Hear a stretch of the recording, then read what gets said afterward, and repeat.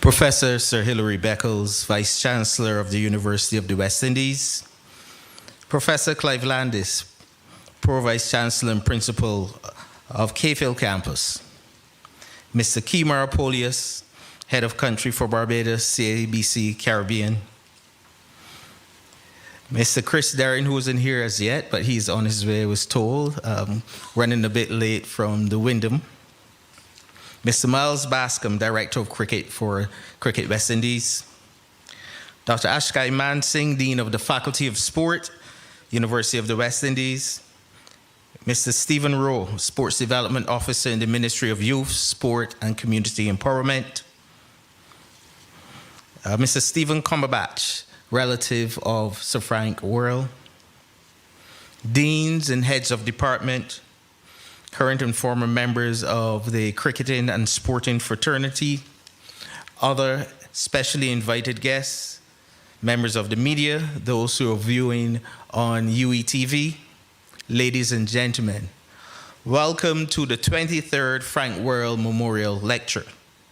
My name is Dr. Rudolph Aline, head of the Academy of Sport at Cayfield Campus, and I will be your master of ceremonies for tonight. This prestigious event to date has seen 7 prime ministers, 4 Cricket West Indies presidents, Mr. Chris Darren, who is now currently the CEO of Cricket West Indies, 7 former international cricketers, 4 university professors, and tonight, 1 vice chancellor in Sir Hilary Beckles, who will be delivering this lecture. Tonight we take a different format, but I'm sure the lecture will be as exciting as all the others. It's well known and globally accepted that Sir Frank Worrell was one of the greatest and most celebrated cricketers of all times, acknowledged as such not just within the cricket community, but also endorsed by the media commentators and academic chroniclers. Beckles argued in his works that Worrell's identity has been narrowed, confined, and significantly diminished by too much of a focus on his charismatic character and inspiring feats on the field to neglect some of his more enduring qualities. More than any other anti-colonialist advocate from the West Indies, he successfully critiqued, challenged, and conquered the white supremacy, anti-democratic colonial order, and contributed tremendously to the democratizing post-war cricket culture that won popular support. This was an excerpt from Professor Beckles' most recent publication, Cricket First Revolutionary, Frank Worrell's Political War Against Colonialism in the West Indies. And this embodies and highlights the significant contribution of this legend who we celebrate annually through this lecture. I now would like to invite Pro Vice Chancellor and Principal of Cayfield Campus, Professor Clive Landis, to bring us remarks.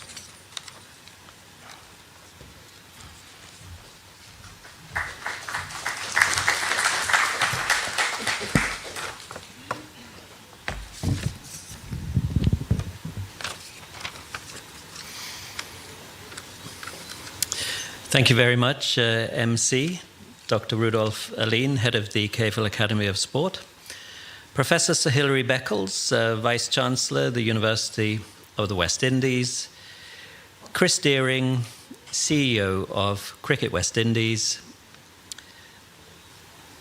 the delegation from the sponsor of CIBC, Dr. Akshay Mansingh, Dean of the Faculty of Sport, and a special welcome to the family of Sir Frank Worrell, other distinguished legends of West Indies cricket, members of the executive and senior management of the UWI, other members of the university community, distinguished guests, and the online audience. Ladies and gentlemen, a very pleasant good evening to all. It gives me great pleasure to welcome everyone on behalf of the University of the West Indies Cayfield Campus to the 23rd Annual Frank Worrell Memorial Lecture, delivered by our very own Vice-Chancellor and eminent cricket historian, Sir Hilary Beckles. I am sure we are all eagerly awaiting Sir Hilary's analysis of why the West Indies finally became cricket world champions in 1965, the revolution of Sir Frank Worrell. A scientific and historical understanding of the elements that came together in 1965 and the ensuing decades of West Indies dominance is critical at this time to understand the scientific determinants that are needed today to return West Indies cricket to the elites of world cricket. The Frank Worrell Memorial Lecture also comes at a most auspicious time for the UWITV campus itself, coinciding as it does with the historic CWI cricket series held between the West Indies women and South African women right here at the 3Ws Oval at Cave Hill over the course of 3 one-day internationals and 3 T20 internationals. Today, I'm sure you will all agree, was a memorable day as the West Indies clinched the T20 internationals, squaring the overall 6-game fixture at 3 games each. The matches produced a lot of runs and were played on an excellent wicket with a good outfield. The hosting of international cricket at this level has necessarily been a combined effort, which at its heart featured a purposeful collaboration between the Cave Hill Academy of Sport with the Barbados Cricket Association, the National Sports Council, and Cricket West Indies, among other partners. I am confident the successful collaboration of these past 2 weeks will provide the springboard for a deepening relationship between the university and the Barbados Cricket Association, not least as it relates to development of the women's game in Barbados. Sir Hilary,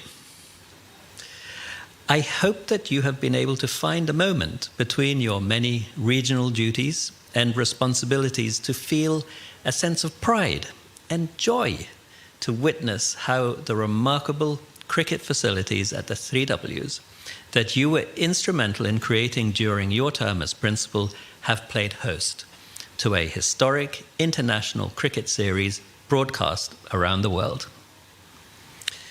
The 3Ws Oval at Cave Hill is truly unique in the pantheon of world cricket, not just for its picturesque pitch, but also as the final resting place of the revered 3Ws, Sir Frank Worrell, Sir Clyde Walcott, and Sir Everton Weekes, and several of their family members, all supplemented by one of the great cricket museums of the world, the C.L.R. James Cricket Research Centre.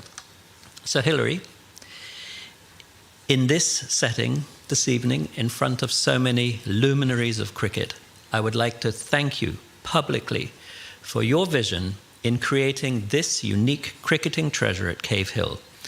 And I trust that you are well pleased with the cricket played here these past 2 weeks, and of course, today's outcome, a T20 series win by the West Indies.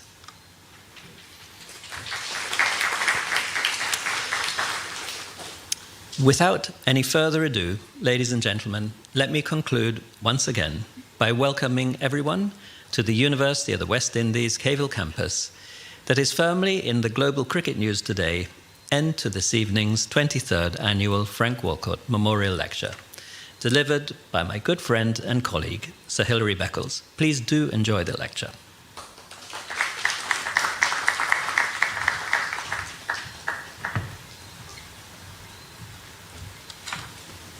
Thank you, Professor Landis. Mr. Kimar Polias, Head of Country for Barbados CABC Caribbean, will bring remarks on behalf of the sponsors.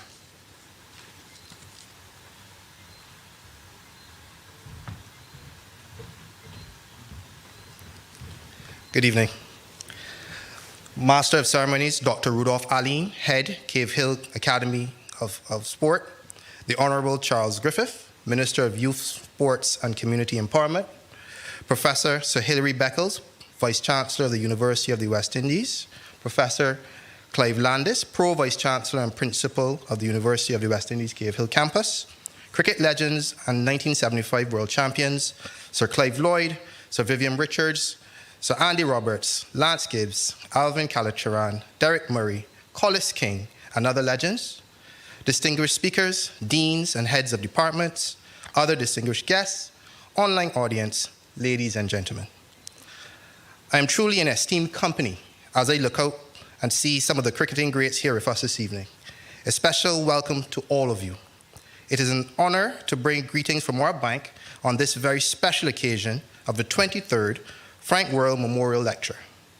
CIBC Caribbean is extremely pleased to support this event, which honors the incomparable life and legacy of a great Caribbean citizen and sporting icon, Sir Frank Worrell. I take this opportunity to offer special greetings to the relatives of Sir Frank who are here this evening. Last year marked a significant milestone, the centenary of Sir Frank's birth, and it is a testament to his remarkable life and extraordinary cricketing talent that Sir Frank remains in the consciousness of not only Barbadians and those in the region, but across the world. Tonight's lecture, as well as the annual International Women's Day lecture, which has taken the form of a veranda chat and night market over the last 2 years, just a plug to our friends in the Institute of Gender and Development Studies of the Anita Barrow Unit, are just some of the programs at the University of the West Indies, which are supported by our bank under our Memorandum of Understanding. These events remain important to us as a means of facilitating public discourse on issues and matters that are important to our society. We have forged solid partnerships across several faculties here at Cave Hill as we support activities from lectures to entrepreneurship, research, and innovation. We've supported hundreds of students over the years as the largest donor of undergraduate scholarships, as well as supported vital research with grants and postgraduate scholarships. This is just a few of the activities, events, and programs that we've supported and cooperated with the UWI. Once again, our bank is very pleased to be associated with tonight's lecture, and I eagerly look forward to hearing Sir Hilary explore tonight's topic. Thank you.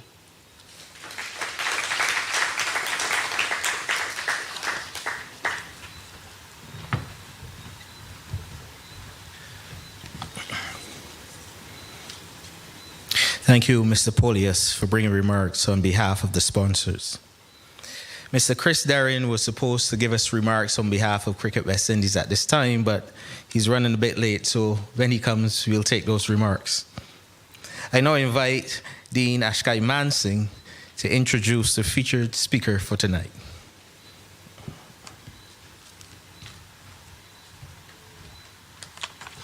Thank you very much, Mr. Master of Ceremonies, Dr. Aline, and in the interest of time, could I please just say all protocols observed.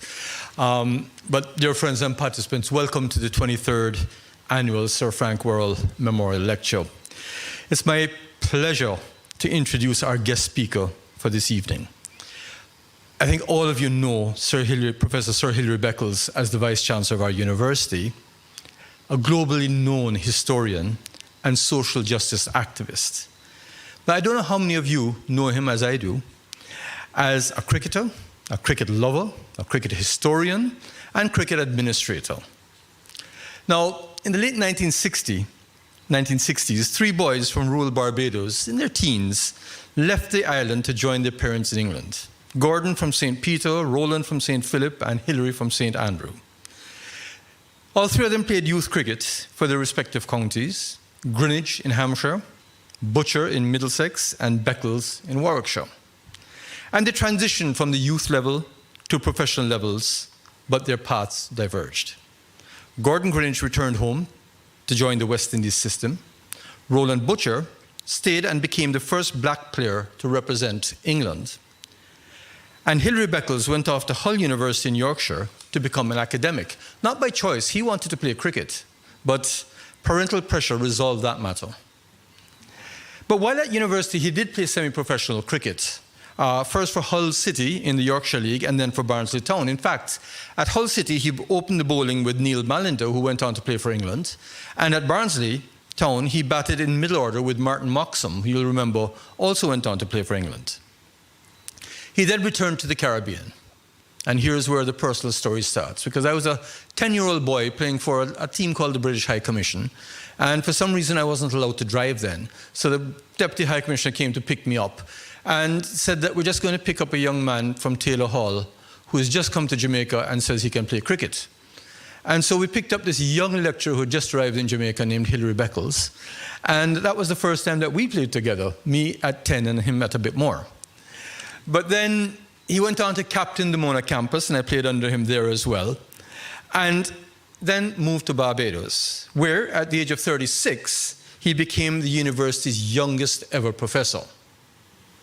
But more importantly, he represented the Cavell campus for a further 20 years, even as its principal, but having to compete for a place on the team, while the students tried to get him out of the team. They tried their best to make him 12th man, for him to carry the water, a political situation that motivated him to overperform, such that he created a record in the BCA competitions of scoring the highest number of runs and taking the most wickets in a single season, never done before in BCA history. As principal of the campus, he developed and branded the 3Ws Oval.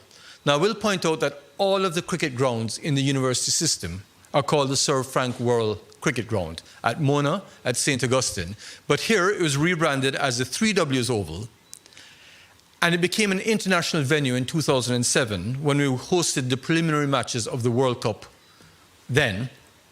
And it was the first venue in the region with international standard floodlights.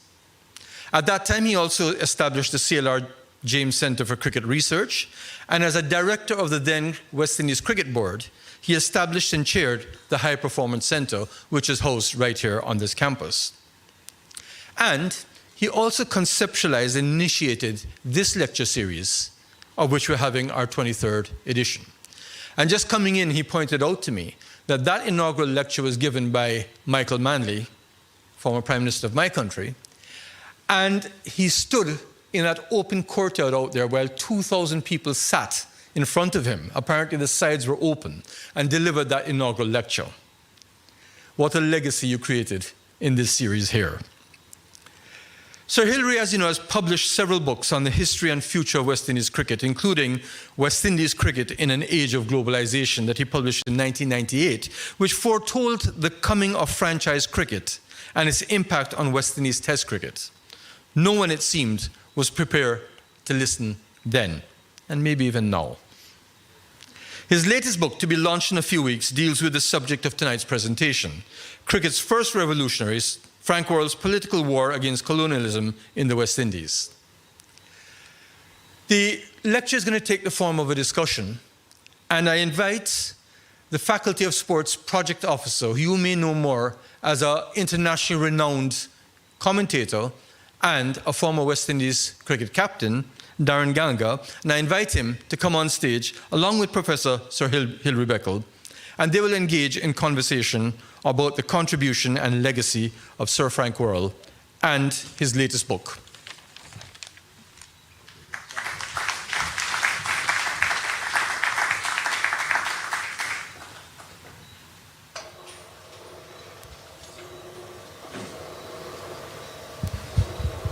Thank you very much, Dean Mansingh, distinguished guests, ladies and gentlemen, and of course, our featured speaker tonight, Professor Sir Hilary Beckles. Thank you very much for your contributions over the years in the different spheres in life here in the Caribbean, and I have great pleasure in conversing with you in this most auspicious occasion, the 23rd Annual Sir Frank Worrell Memorial Lecture. So I'd like to get things flowing straight away, and the obvious. Why are we here tonight? And what's your focus of intervention? Well, thank you very much, Mr. Moderator. Pleasure to be with you, and very good evening, everyone.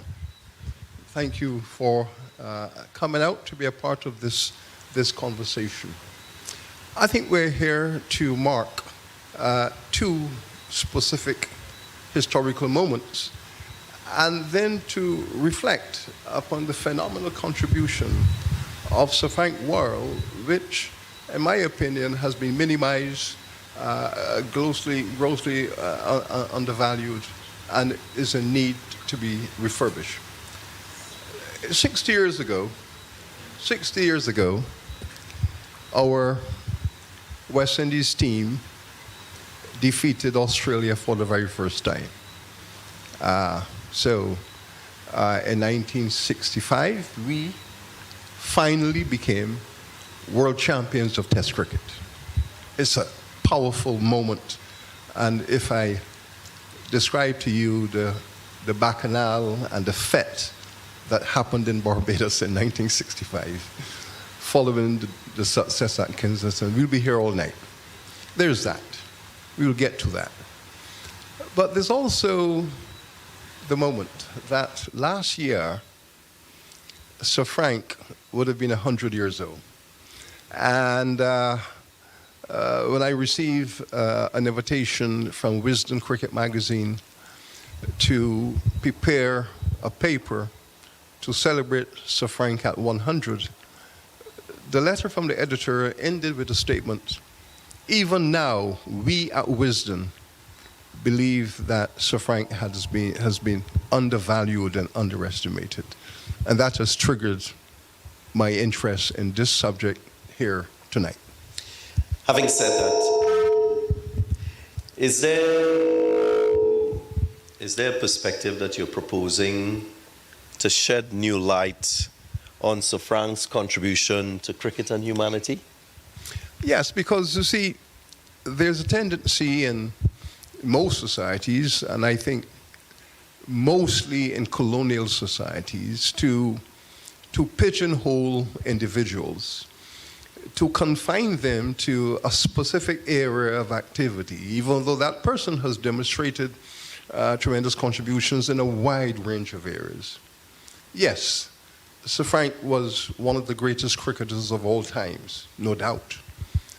But Sir Frank was one of the leading political thinkers in this region. He was one of the most aggressive anti-colonial strategists in the West Indies. The politicians were looking to him for guidance and advice. Frank Worrell was on the frontier of transforming the politics and economics of the Caribbean. So when we speak of Sir Frank as a great cricketer, undoubtedly that is true. But Sir Frank is one of the pillars of Caribbean democracy. He is one of the champions of breaking away from the colonial ethos and building democracies in the Caribbean. And what I wish to speak about, which is the subject of this book, is Sir Frank as a political activist, Sir Frank as a political leader, Sir Frank as an ideological leader in the Caribbean and in the wider world. And this is why he was celebrated globally. He was celebrated globally because the global democracy movement saw Sir Frank as one of their living heroes. Yeah, I get a sense that you've given us a bit of insight into Sir Frank and the fact that he was larger than just cricket. Talk to us about that. Well, you see, it all depends on how an individual builds a public conversation. Sir Frank was recognized as a protege. He was recognized as a child genius. But very early in his life, people knew Sir Frank as an activist, as a grassroots activist, as a political thinker. And they recognized that Sir Frank was not just going to use his energy and time in crafting a great career. Sir Frank had an interest in black liberation. He had an interest in overthrowing the model that says, you know, this region has no future unless it breaks down those colonial structures and liberate the people, give everyone an equal opportunity. Let individuals fulfill their potential based on their merit. When that model is put in place, then West Indian people will rise. But they will not rise in the colonial model. And since he knew that intellectually, he pursued that objective right through his political career and through his cricketing career. And the two careers became intertwined. In some communities, he was known as a grassroots political activist. In others, he was known as a great natural cricketer. And we have to bring those two things together, otherwise we diminish the man and confine him simply to his on-field performance. Australia, 1960-1961, considered his first global stage. It's coincidental that the Australians are here in the Caribbean. A word for them? Indeed, because, you see, the notion that a prophet is really recognized in his own nation. The Australians wanted Frank Worrell to bring the West Indies team to Australia. He had been denied for 10 years. For 10 years, he was denied by the West Indies Cricket Board. In fact, the West Indies Cricket Board sought to destroy Sir Frank Worrell, destroy his career, destroy his dignity, destroy his pride. They tried to control and marginalize Sir Frank. But of course, he was much smarter than all of them combined. So the world saw what Frank Worrell was trying to do. The Australians loved Frank Worrell. The British cricket community loved Frank Worrell.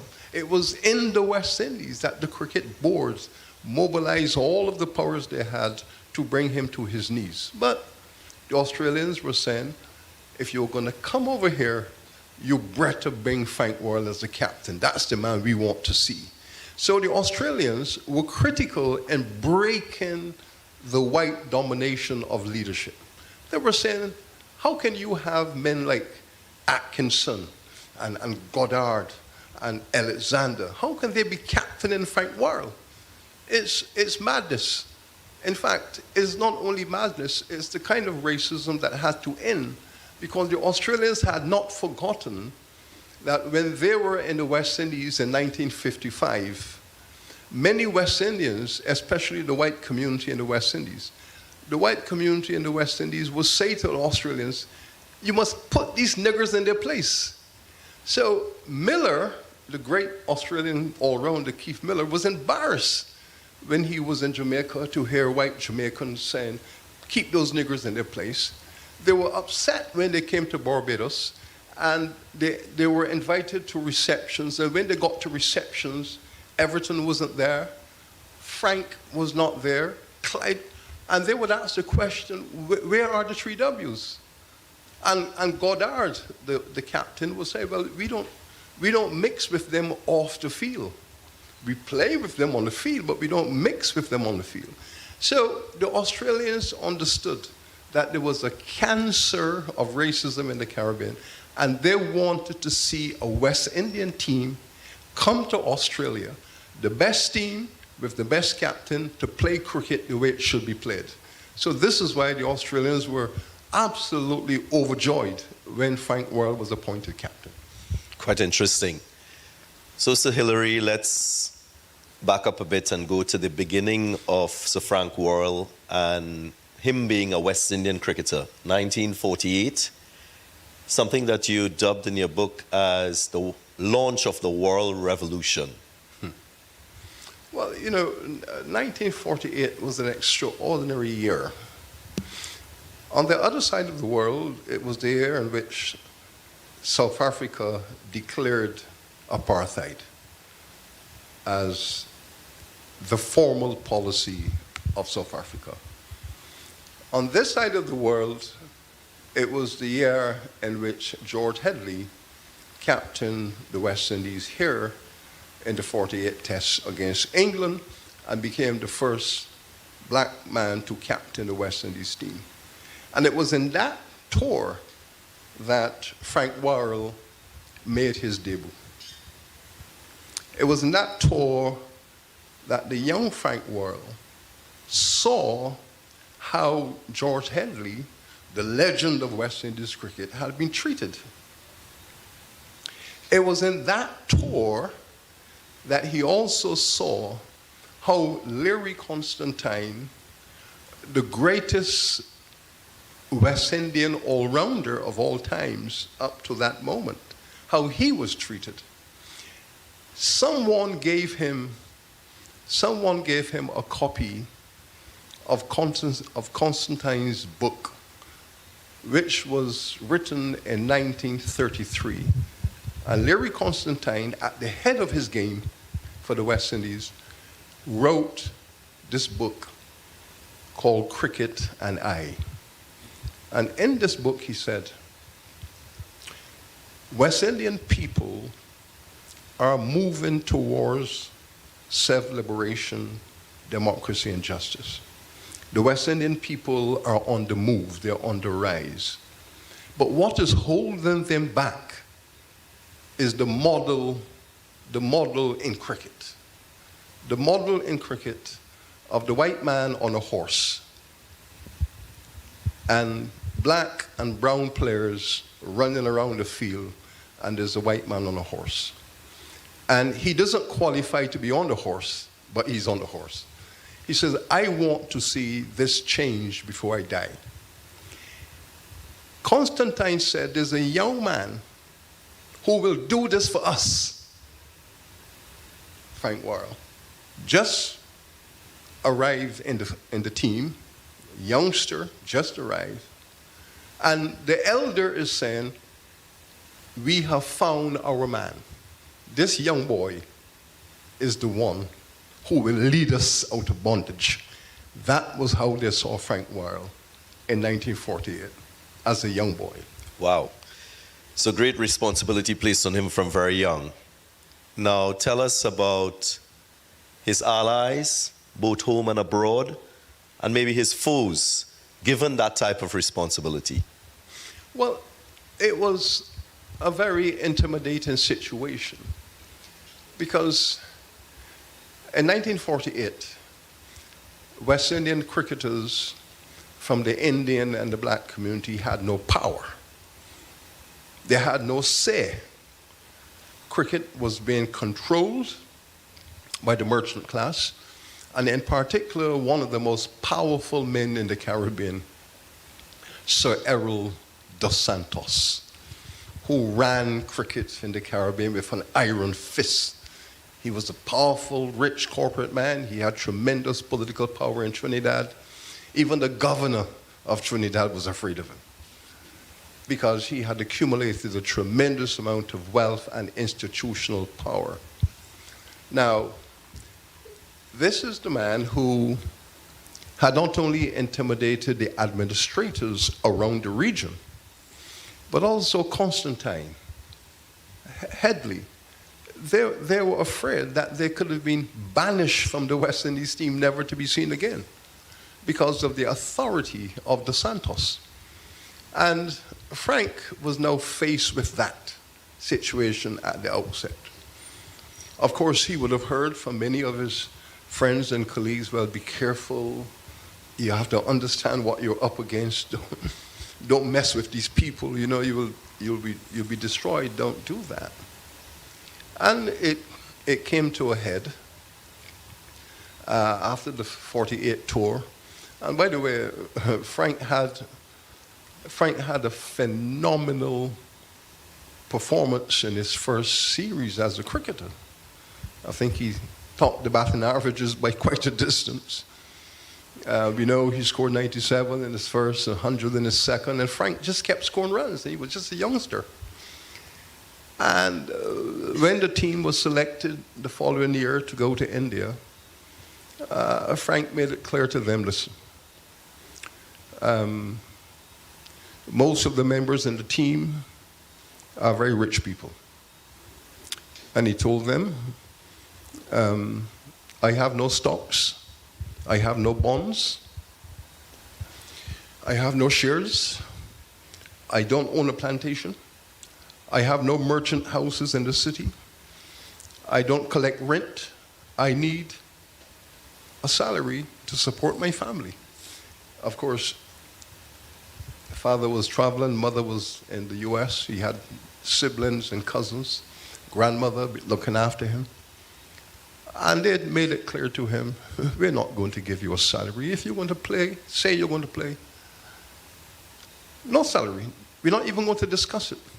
We give you a stipend, like everyone else. You get a stipend. Now, how did Frank handle that? He didn't take on the board. He didn't say, well, I've asked you for $500 for the tour. You're going to give me a stipend. And all the other members of the team, well, you know, Everton, who was his close friend, and he respected Everton, he loved Everton. Everton would have been without a choice. Everton would have had to buckle. The great George Headley had to buckle. And Frank said, okay, well, by the way, I am no longer available for the tour because I have applied to Manchester University to do my degree in economics. So I'll be a student, so I won't be available. That's how Frank dealt with that. I'm going off to Manchester, BSc Econ. I'm not turning my back on West Indies cricket. I'm merely saying that it is inconvenient now because I'm a student at Manchester University. And that is how he handled that. And he handled them like that for the years to come. Meanwhile, he's building bridges. The intellectual community in England is aware of this burgeoning mentality. They reached out to him, so he has support. So when the intellectual community around Manchester University in Lancashire, when they heard of this emerging youngster with this skill to navigate complex issues, Lancashire County, reached out, and one of the clubs in Lancashire said, okay, Frank, we're going to give you £500 to come and play some matches for us. Signed a contract. So now he's playing club cricket. He collecting a big sack of money because £500 in those days was pretty good. So he's a student, he's collecting a big salary, and he's surrounded now by the intellectual community at Manchester University. And who's there? Who is at Manchester who arranges these relationships for him? Sir Arthur Lewis. And remember what had happened to Arthur Lewis. Arthur Lewis was offered a professorship at Liverpool University. Arthur Lewis was in his mid-30s and was clearly the most outstanding intellectual in economic theory in a British university. He applied for the job, it was advertised, he was offered it. When the recommendation went to the Vice-Chancellor made a statement. I have no doubt that Arthur Lewis is a brilliant young economist, but there are no black professors in a British university. And Arthur Lewis will not be the first, and neither will Liverpool University be the first. When the Vice-Chancellor at Manchester heard what the Vice-Chancellor at Liverpool had said, they reached out to Arthur Lewis and invited Arthur Lewis to be Vice-Chancellor, to be Professor of Economics at Manchester. So, Arthur Lewis is now at Manchester University. Arthur Lewis reaches out to Frank Worrell, and together they all arrange for Frank to come to Manchester to play cricket in Lancashire and be a student at Manchester. As you all know, Arthur Lewis went on to become the Vice-Chancellor of UWI, our first Vice-Chancellor, and the first black economist to get a Nobel laureate. That was the juncture where Frank and Arthur Lewis, both young men, came together to change the future of world cricket and West Indian history. Prof, very impressed with the depth of knowledge there, and you answered the next question that I wanted to ask you about the strategies that Sir Frank Worrell used to conquer those challenges. But I want to shift a little bit and hear from you about his performance genius, the mindset that he had during those days. Well, you see, Frank knew that he was up against a formidable structure. They had arrested and charged and imprisoned most of the labor leaders, the anti-colonial leaders in the West Indies in the 1930s. The West Indian people had risen up against colonialism. In every colony, beginning with Belize, St. Kitts, Antigua, St. Vincent, down to Barbados, down to Trinidad, up to Jamaica, right across this region, the people rose up against colonialism, for democracy, and for justice. Most of those people were arrested, beaten, hundreds of people were killed. It was a revolution in the West Indies that was bloodily suppressed.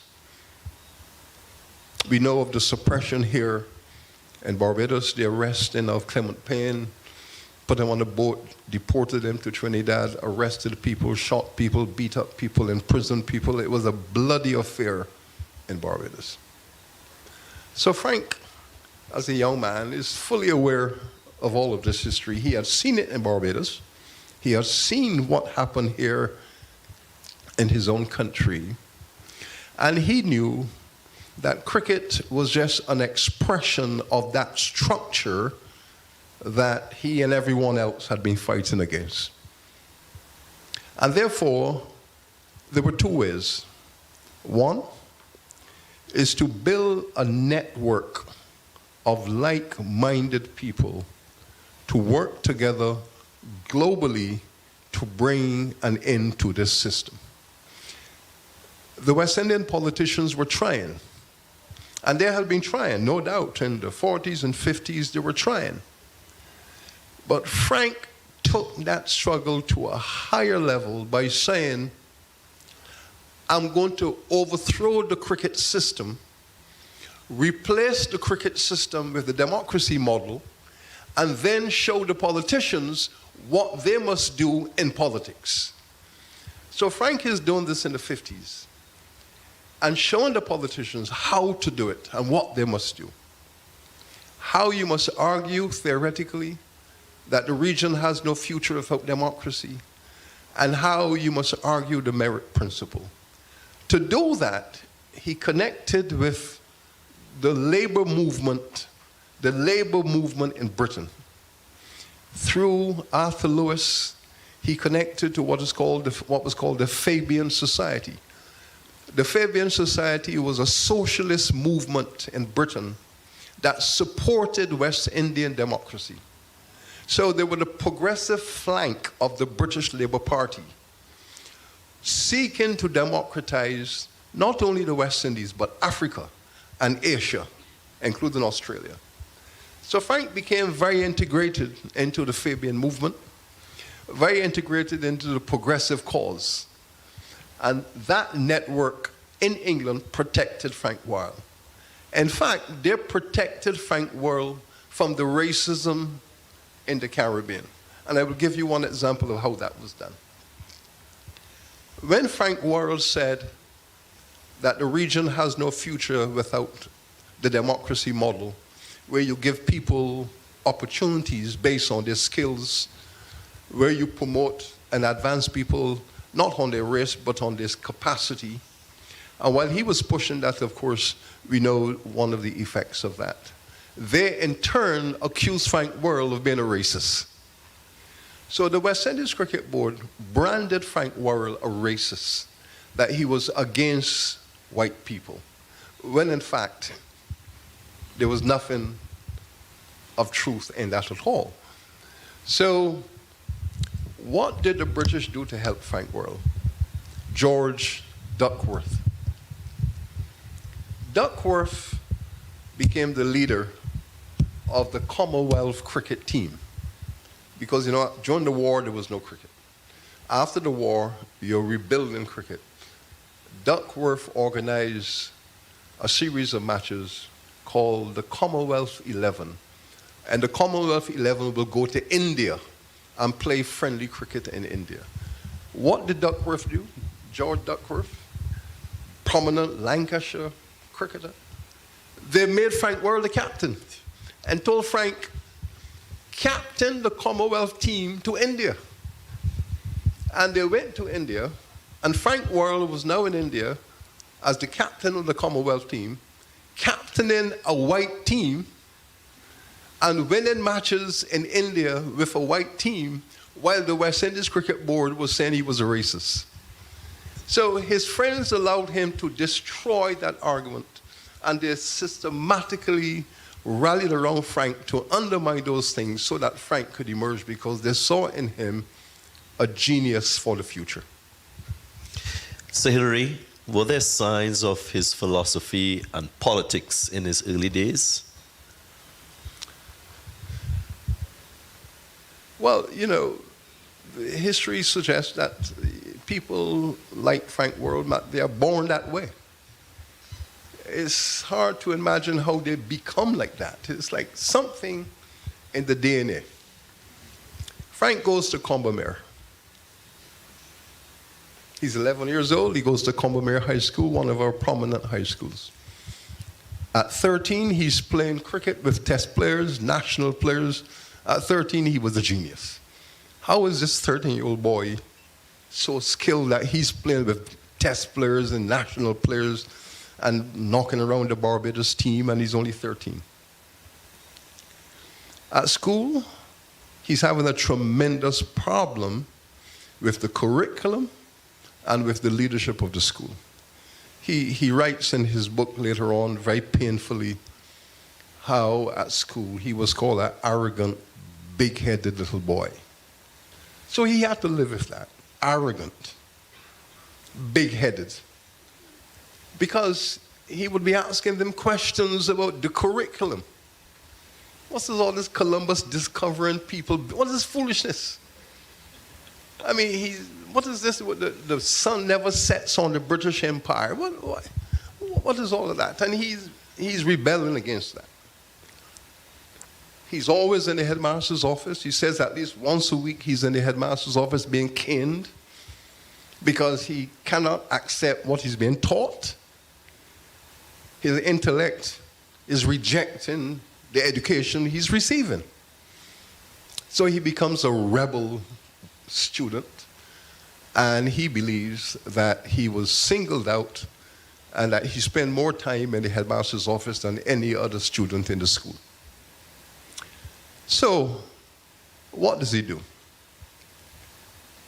He did the most revolutionary thing that has happened in 20th century Barbados. He leaves school at 16. Everyone expects that he would go and join Empire Cricket Club or Spartan. They established cricket clubs. Spartan was known as the club for black men with curly hair. So it was the curly hair boy club. If you didn't have curly hair, the brown skin was important, but the curly hair helped. So that, you know, so that's why I wish Wes was here. Wes would say that it's really hard to be a naughty hair boy in a curly head class. So anyway, Clyde Walcott went off and joined Spartan, curly hair boy. Frank Worrell did the most revolutionary thing. He formed his own cricket club. And would you imagine what he called his cricket club? His cricket club was called the Starvation 11. You should read in the book I quote. I mean, I interviewed Sir Clyde Walcott at length, and Sir Clyde Walcott described this boy when they were together at Combermere, that he was a natural rebel. He hated injustice. He would fight against any injustice in the corridor, in the field, in the classroom.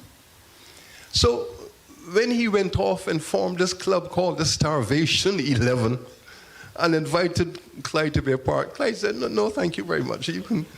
So off Frank went with his Starvation 11 team. But why was it called the Starvation 11? When Frank entered Combermere School, The 1937 revolution in Barbados had already left an impression on this 13-year-old boy. He was born 1924, the Barbados Revolution 1937, he's 13 years old, and he was affected.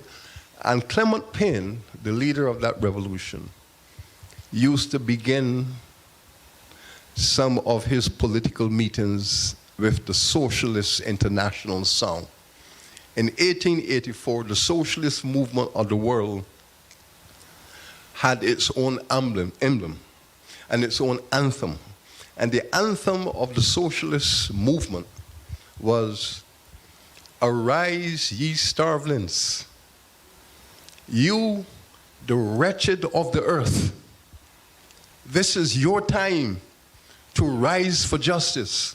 Arise, ye starvelings." Okay? Perform all across the Caribbean. Wherever there was rebellion, the workers would begin with the song of the Socialist International, "Arise, ye starvelings. Arise, ye, the wretched of the earth. This is your time for justice." Frank Worrell named his team the Starvation 11 to send clearly a very powerful message that I've heard the song, I've heard "Arise, ye starvelings." My cricket team is called the Starvation 11. That was a boy at 16 years old now. How many 16-year-old boys could think like that? Well, there was behind him, just 3 years, was George Lamin. And remember, George Lamin wrote that greatest novel in Caribbean history, "In the Castle of My Skin," in that same Combermere. And George Lamin was 18 years old when he wrote the first draft of that novel, 18. So there was something going on. Frank Worrell, George Lamin, something with black genius in high school. Something was happening. And Frank Worrell sent the signal that I was not going to change. I will never change my philosophy. So fast forward, at the end of his career, he goes to live in Jamaica finally, and what does he do? He goes and plays cricket for Boys Town. He didn't play for Kingston, he didn't play for Kensington, he didn't play for Melbourne. He went down in the ghetto, West Kingston. He goes down in the ghetto and plays for the poorest people in Jamaica. Even today, I'd be afraid to go down in West Kingston. But Frank Worrell found himself down in West Kingston, in the depth of Kingston's ghetto, to bring his reputation into the ghetto, to play for those poor children, Boys Town, and led them to the Jamaica Championship. Led those boys, those ghetto boys, to the national championship. Frank Worrell. So over 20 years, he had not changed. From the Bridgetown ghetto to the Kingston ghetto, he remained philosophically a revolutionary. And that is what I think the politicians understood. Now, ladies and gentlemen, audience, viewers, Sir Hilary hasn't been the best in terms of health recently. He's under the weather a bit. So whilst he takes a break and we continue to talk about the great man, Sir Frank Worrell, is it true that he fled Barbados? And talk to us about why, how, when. Yeah, well, first of all, forgive my sinuses. I've been blocked up of late. Frank Worrell said he could not live in his own home. He loved his country, he loved his people, but he could not live with the colonial model that had taken control of Barbados for 300 years and was refusing to let go. She said he could not live here. So he migrated to Trinidad. He was, at the time he was about 18, 19, and he said he will try Trinidad, and he went there, and Larry Constantine welcomed him, and the Barbados community welcomed him, but he realized that in Trinidad, the cricket structure was under the same management as the Barbados structure. It was the same group of people that were running things, the Queen's Park posse and all of that here, and that the corporate elite in Trinidad and the corporate elite in Barbados was so intertwined and interlocked that he had jumped out of the frying pan into the fire. So he said, I cannot stay here, and decided to go to Jamaica. So around the age of 20, 21, he goes off to Jamaica. What was not known until recently was that Frank Worrell discovered that the great George Headley and himself were cousins, and very few people knew. The great legendary George Headley and Frank Worrell were cousins because their respective fathers had migrated from Barbados into Panama, and in that Panama space, that was where George Headley was born. His father was Bajan, his mother was Jamaican, and Frank's grandfather was a first cousin of Headley's father. So he goes to Jamaica, and Headley is looking after him. He plays first for Headley's club, which is Kensington. And then, of course, he said, well, I need to keep moving. So he moved into the grassroots of the Kingston inner city. And that is where he found his spiritual home in Jamaica. He found his home there. There was a Pan-Africanist movement. There was a Marcus Garvey movement. There was a movement for democracy, for liberation, for black culture. And all of that was effervescent in Jamaica. And Jamaica was in the lead. Plus, Jamaica was in the lead of the independence movement, which is why Jamaica became the first independent country in '62. So in Jamaica, he found some energies. What he said about Jamaica was fascinating, though. He says, the Caribbean, all of them have the same problem, white supremacy. But in Jamaica, he said, the brown people in Jamaica have thrown their support with the black people. Whereas in Jamaica, in Trinidad and Barbados, the brown people threw in their lot with the white people. So he found room in Jamaica. Thus the statement that Jamaica might be a brown man country, but it is more open to black liberation. And he found space there. He embraced Jamaica as his home. Jamaica embraced him. And Jamaica made him their national captain. Now, you can very well imagine this young Barbadian cricketer who is now the captain of Jamaica. And you can very well imagine how the Bajan crowd at Kensington felt when Jamaica is playing Barbados and Jamaica's captain is Frank Worrell. And there were some tense moments, yes, but Frank understood it. And Frank gave some interesting comments. He says, listen, don't let us get involved in this notion that I'm a Bajan, and if I'm a born Barbadian and I'm living in Jamaica and Jamaica is my home, I can't play for Jamaica, I cannot be captain of Jamaica. Listen, we all people came off the same boat. And this is the Calypso. He said, the slave ship dropped us in Barbados. It dropped us in Jamaica.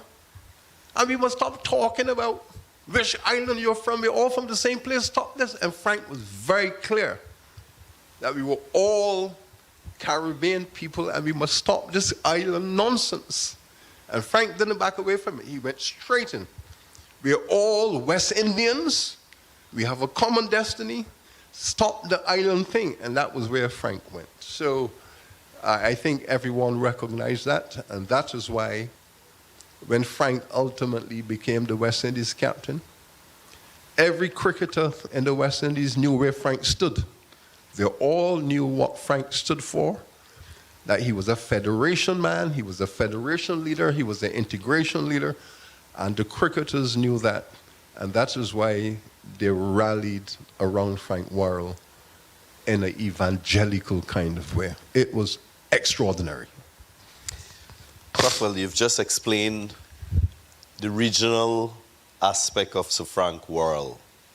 Talk to us a little bit about how he's cultivated the relationships with regional governments and politicians.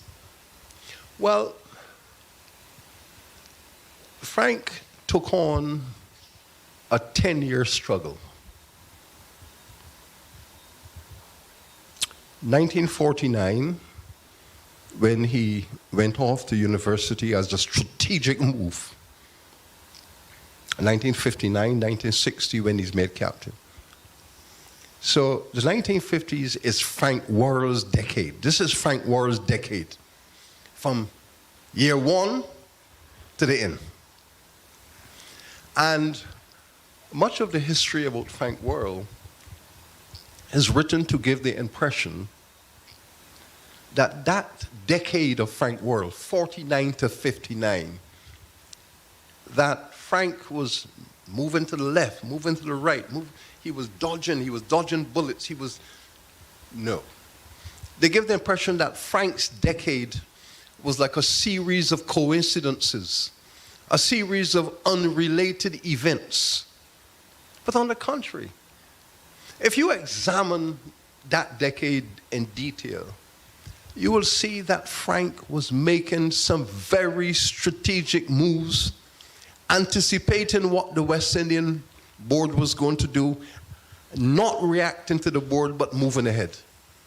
So they put Atkinson to captain him. They put Jerry Alexander to captain him. Frank did not protest. Frank did not protest. He made his moves. The board made theirs. He made his. But he knew that while he was building up his political reputation, while he was building his allies around the world, he had to perform, because he knew that if he had dropped his guard and allowed his politics to get in the way of his performance, he would have been a dead man. So Frank kept focus, bat and ball, series after series. Frank is growing in stature as one of the most reliable cricketers in the West Indies. And at the end of that journey, he is considered the best all-round cricketer in the world.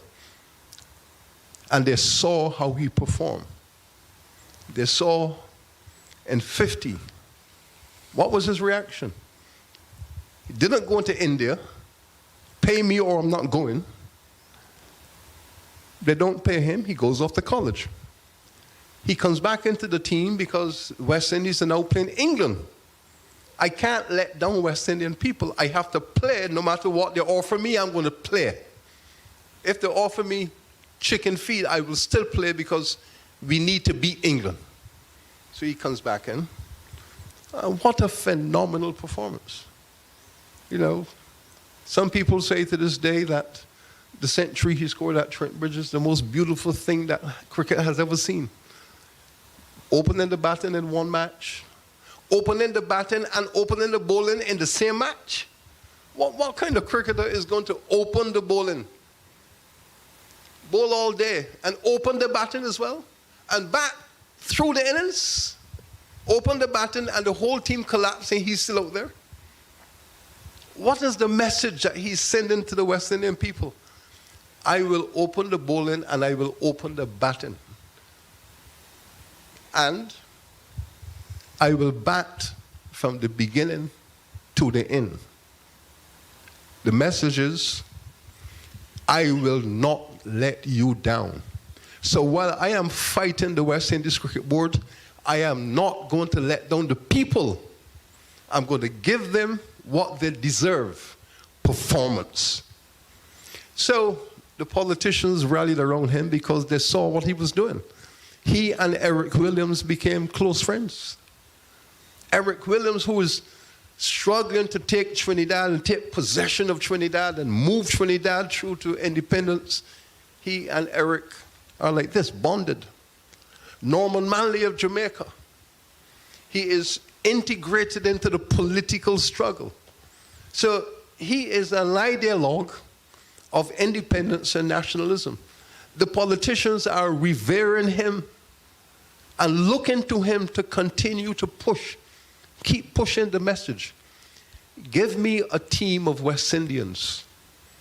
Give me a team of West Indians from all the islands, all the countries, Guyana. Give me a team. And I will show you what a group of young West Indians selected on merit, what I can do with them to show the world that if West Indian people come together as one, there's nothing we cannot do. This is his message. And he is saying it, and the politicians are quoting him, they're making reference to him, and they're celebrating him. So the political community is with Frank. They're with Frank all the way. And this is why when we look at the relationship between Frank Worrell and the West Indian radical leadership, you can see that Frank was arguably most celebrated in the West Indian community as a politician than was Grantley Adams, Eric Williams, Fultz Burnham. That Frank had more prestige among the populace than all the political leaders because they were trying to do what Frank was doing. And Frank ultimately successfully did it and established the model. Once we had the model, then the rest would follow. Prof, great that you highlighted that treatment that he experienced from the West Indies Cricket Board of control. And control is exactly what they did to Sir Frank Worrell. Now, contrast that to, you mentioned the West Indian public was behind him. It extended to countries like Australia, England, India. Why was he so loved? You know, the question is whether they love Frank because of the elegance of his cricket performance. Remember, Frank Worrell was described as the cricketer's cricketer. He was described as the cricketer's cricketer. There was nothing he could not do on the cricket field. He was a fast bowler, he could bowl spin, he was the opening batsman, middle order batsman, he would high performance, excellent in the slips, and a brain that was palpable. The question is whether it was that elegance of the character or whether it was the eloquence of his mind. Because I tell you, Frank was one of the greatest public speakers you can imagine. Frank was a phenomenal, articulate person. I mean, people would always ask the question, where did he learn to speak like that? He's a cricketer. Where did he learn to speak like that? He had a natural intellectual bent of communication. That was his nature. It had to do with the fact that he had a very sharp intellect from a child. He was very quick intellectually, so he could put the words together and so on. And the irony is that he had what has been described as an upper-class British accent. How does a working-class boy from Bridgetown end up with an upper-class English accent? So it was a strange thing for people to figure out. But I think what it was his sense of dignity and his sense of fairness. Everyone knew that Frank Worrell was a fair guy, that cricket was a game that required a certain kind of honesty and quality and dignity, and Frank was a believer in those values. And I know that because I can stop short and tell you a story, because I played a cricket match once here in Barbados against Maple Cricket Club for UE.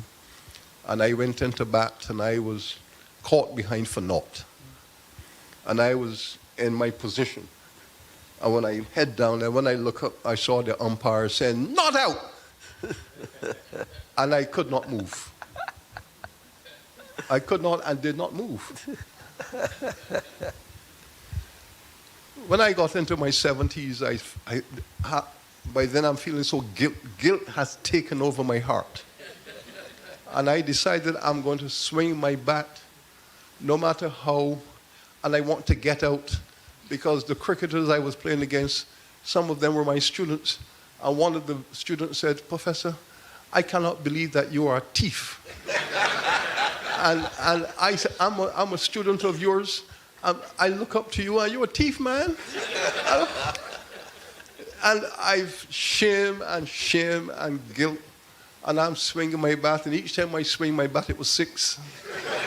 And I'm swinging and swinging, and 154 runs later, the fellas lost the match, and our host drove off the pavilion, abandoned all hospitality, and declared me persona non grata ever at that club. And I can tell you, a few years later, I became 40, want to play Masters cricket. I applied to join the Maple Club to play Masters with them. They had a council meeting, and my name was on the agenda, and the membership of Maple voted. Be it resolved that Hilary Beckles shall not become a member of this club for a period of 99 years, or life, whichever is sooner, or unless he comes before this body and apologize to the membership for what he did. And I tell you, I went down to Maple, I got on my knees, and I apologized. I knew I was out. I knew I was gone, but we needed to win.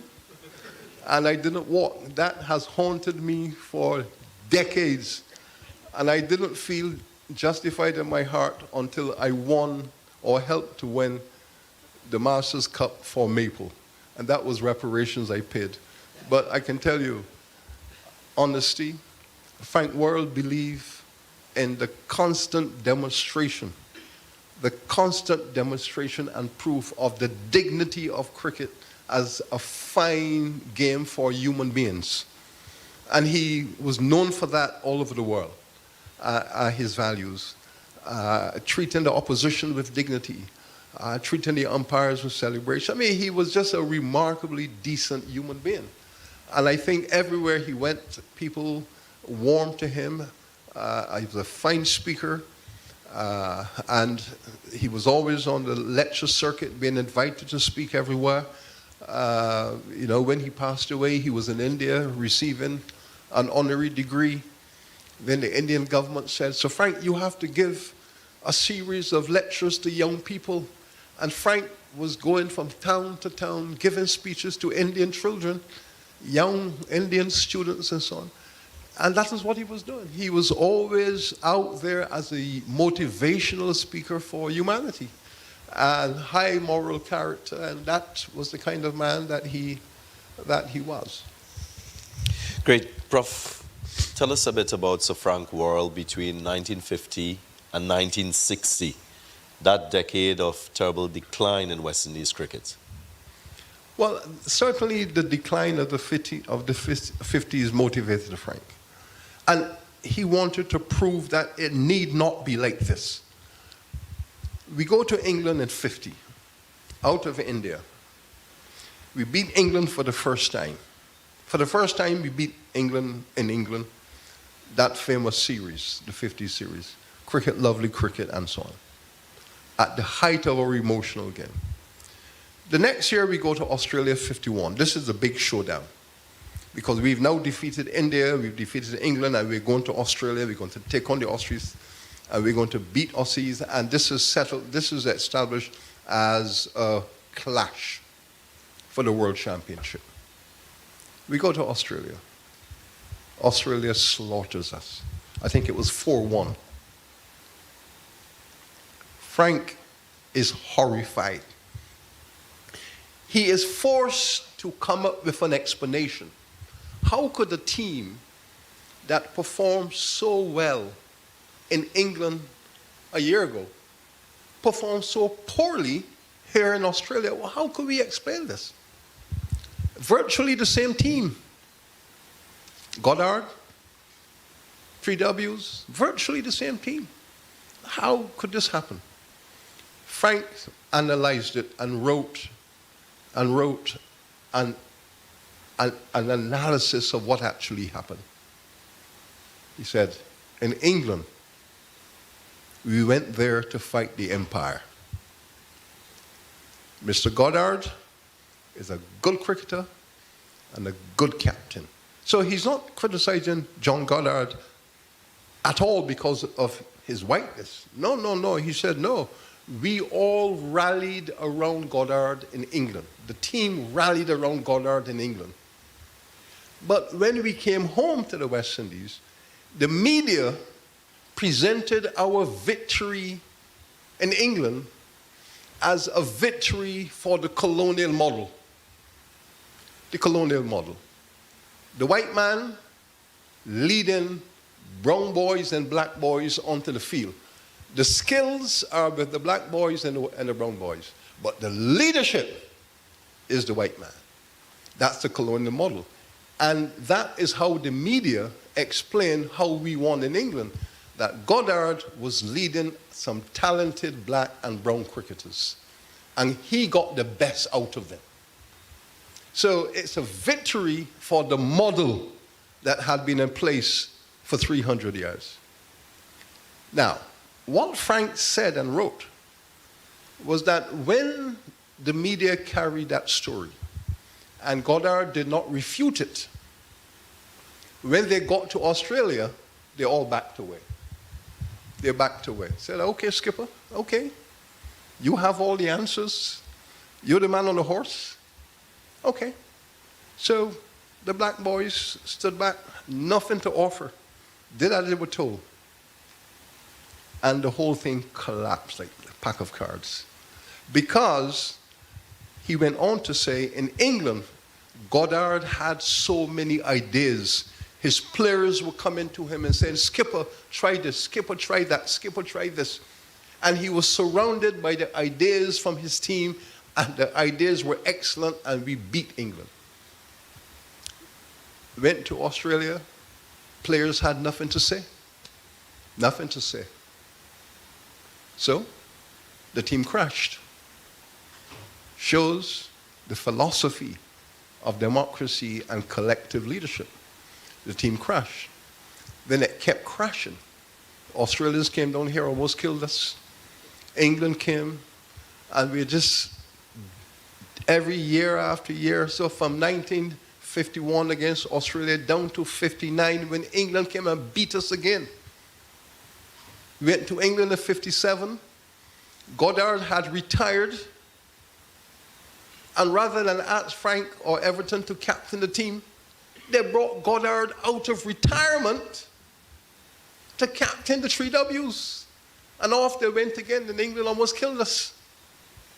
Right? So year after year after year, Frank is fighting the colonial model. He is fighting the model that says the West Indian people need to realize that their collective ability is superior. So, eventually in 59, the evidence was clear. A decade of defeat with that model. When they brought Atkinson to captain the West Indies team, the region could not believe it. The region could not believe that the West Indies Cricket Board were bringing a novice out of nowhere to captain these brilliant West Indian cricketers.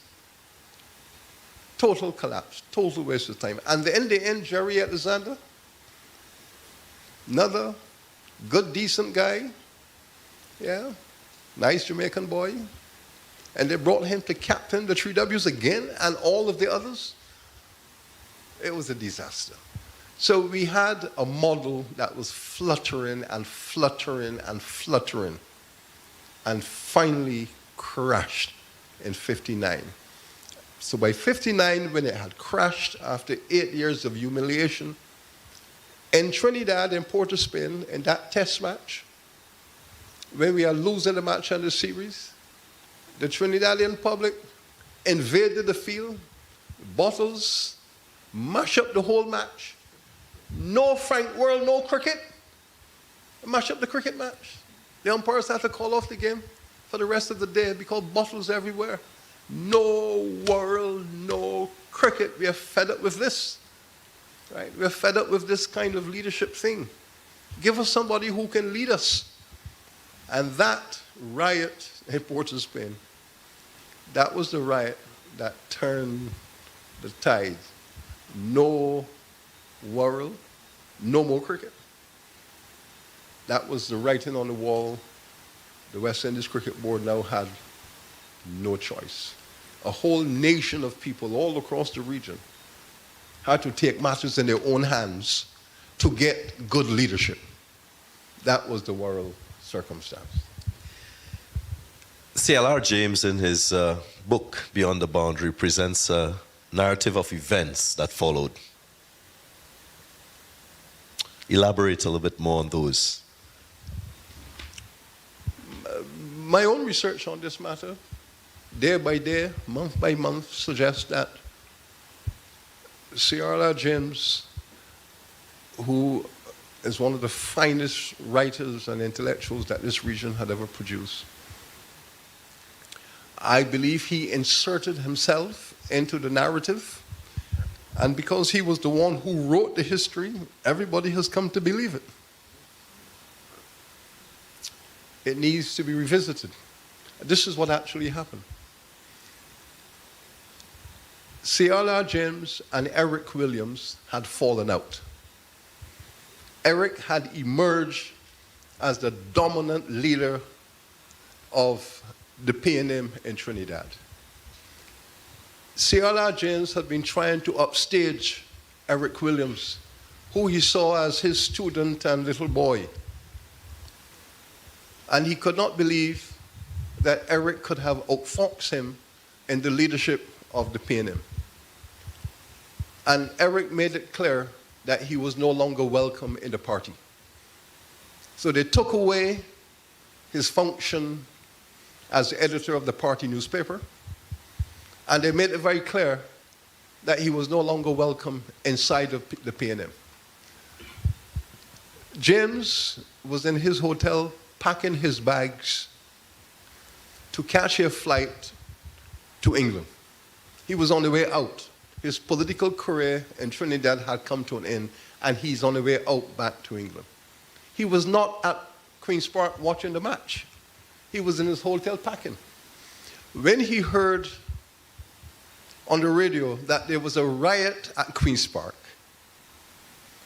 he stopped his packing, jumped in a cab, and went down to Queen's Park to see what was going on. And when he got there, he saw the people had taken matters into their own hands. And he wrote beautifully, "Once in a blue moon, a writer is given a gift from God. And this, he said, this is my gift. I have arrived at Queen's Park.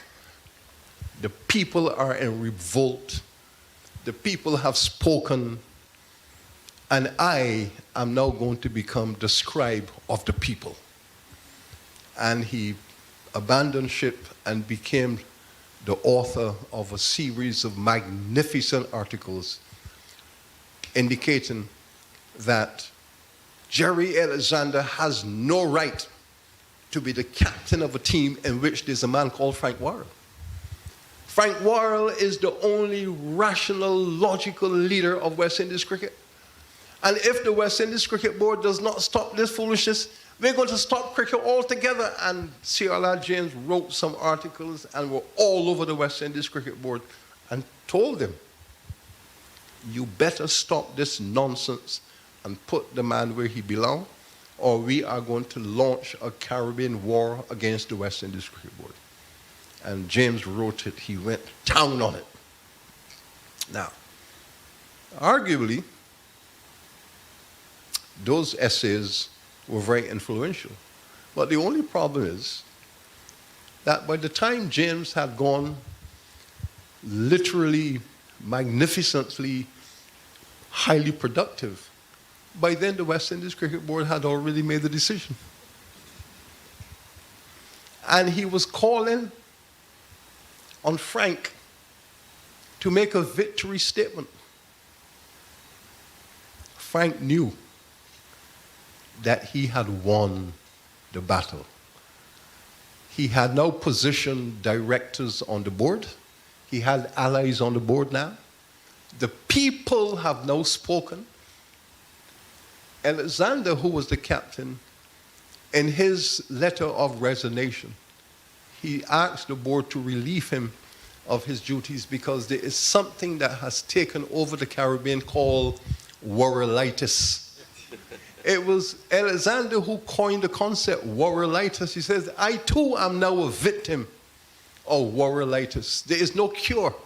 Everywhere you go, there's Worrellitis. So Alexander stepped down. So James was kicking an open door because the board had already decided that at the next meeting, the next board meeting was going to be in Georgetown, just before the final match, just before that match. And Dos Santos was going to stand down as president for that board meeting. And the board was going to decide, they had already decided, Frank is the man to lead the team to Australia. So the word was already out in the inner circle that Frank had won because the people have finally taken matters into their own hands. But he had all the internal ducks. All the internal ducks were lined up to give Frank. Now, the reason why this is significant is James was the greatest man in support of Frank. So Frank goes to Australia, performs magnificently, comes back to the region as a hero of world cricket. Now we have to pick a team to go to England in '63. What does James do? James wrote an article in which he says, in much the same way that I fought for Worrell to be the leader of the West Indies team, and he's the greatest leader that we can imagine at this moment in time. But now that we have done our best in Australia, Frank came home, defeated India 5-0 in the Caribbean. We're going to pick the team. James start a campaign that Worrell must go. Worrell must go. The same man that Worrell must come, Worrell must now go. And James was very eloquent. He says, 2 years ago, I fought for Worrell, that he's the man to take West Indies cricket to the mountaintop. But now, he should go and go immediately. And he wrote very aggressively, I am vehemently opposed to Frank Worrell leading the West Indies team to England. He must go and go now, and he must hand over the captaincy to Conrad Hunt and do it now. And that was James. Worrell said nothing. Frank didn't comment on his earlier statement because Eric Williams and his political allies had told him, shh, be silent, my brother. Be silent, my brother. We have everything under control. Be silent. And Frank was silent. And off he went to Australia. He comes back. He decides, are these young boys ready to take on England? So where's Hall, Gibbs, Canai, all of these youngsters? We've shown ourselves well against the Aussies, but we haven't defeated England in almost a decade. Conditions in England, balls swinging around, wet wickets, terrible situations, England with these swing bowlers and all of this stuff. England has been beating us. From 1950, the revenge was swift. Frank decided, I am not going to leave my young boys alone. Not yet. They're not ready to be released yet. These young boys, the Sobers, the Canai, Collie Smith, all of those youngsters said, these are my boys. These are my boys. And they're going to become the best team in the world, but I am not yet ready to release them. They need a little more grooming. So Frank carries his team to England. And we beat the living daylights out of England. After we did that, Frank then says, now, these boys, these are the best cricketers in the world, and nothing can stop them now. So yes, Australia is coming in 65, but these boys are now ready for Australia. And he made it clear. He said, I'm putting my reputation on the record. These young boys will beat Australia. And the question was, well, we've never beaten Australia before. It's been 30 years we've been playing Australia, never beat them. Frank said, but this team will beat them. Give the job to Gary Sobers. Give this young boy.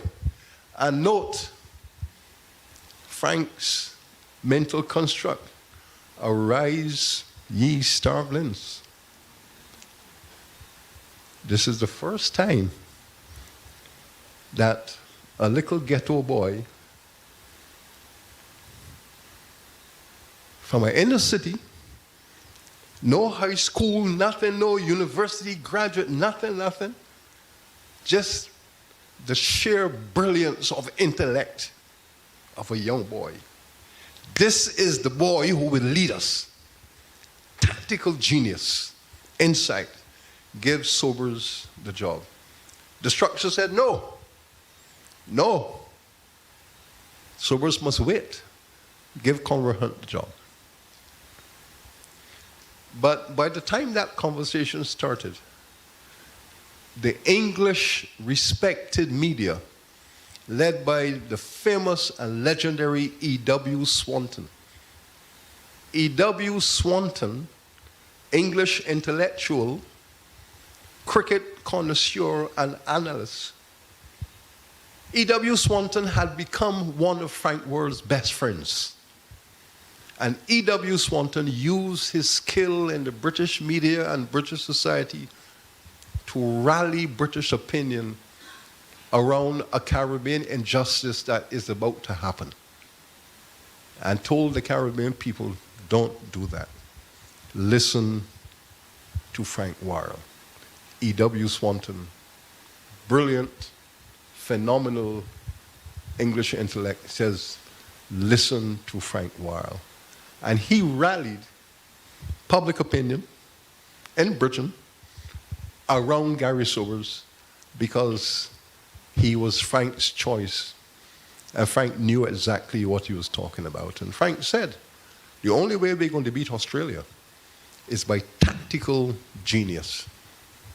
Tactical genius. Australia is a very strong team. We've never beaten them.